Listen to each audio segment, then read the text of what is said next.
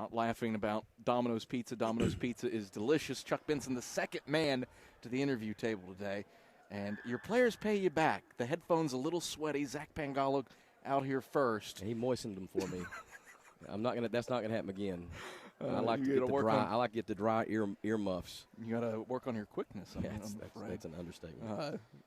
But quickness, hustle, a lot of that there tonight for your Eagles. Victors over the Tusculum Pioneers, 86-65. How happy are you with this performance? You talked about good enough to get a win on Saturday against Mars Hill. This was firing at all cylinders from the get-go today.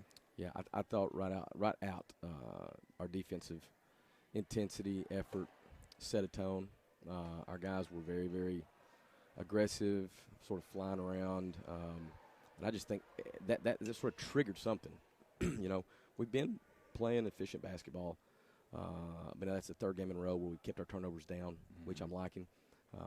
But I think our guys really, for whatever reason, decided today it was time to put two sides of the ball together, and then this was the outcome.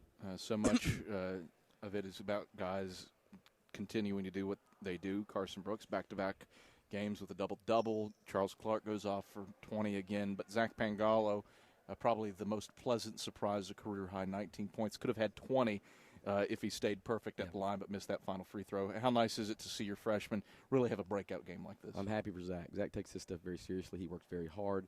He puts in a great deal of time. And, I know there's been some times, especially that first semester, where he was a little frustrated. He was getting minutes, but his performances weren't where he really wanted them. And we kept on saying, man, it's going to come. Everybody has a transition from high school to college, and you're a smart player. It'll come for you. Just don't get discouraged and play confidently. And I thought you saw that tonight from him. And he played very confident and very aggressive and did what we felt he was capable of doing when we brought him here in the first place. Defensively, arguably the best performance of the season. Tusculum shoots just 34% from the field. Darius Carter leads the way with 24, but he was just 7 of 19 from the field. What did you do?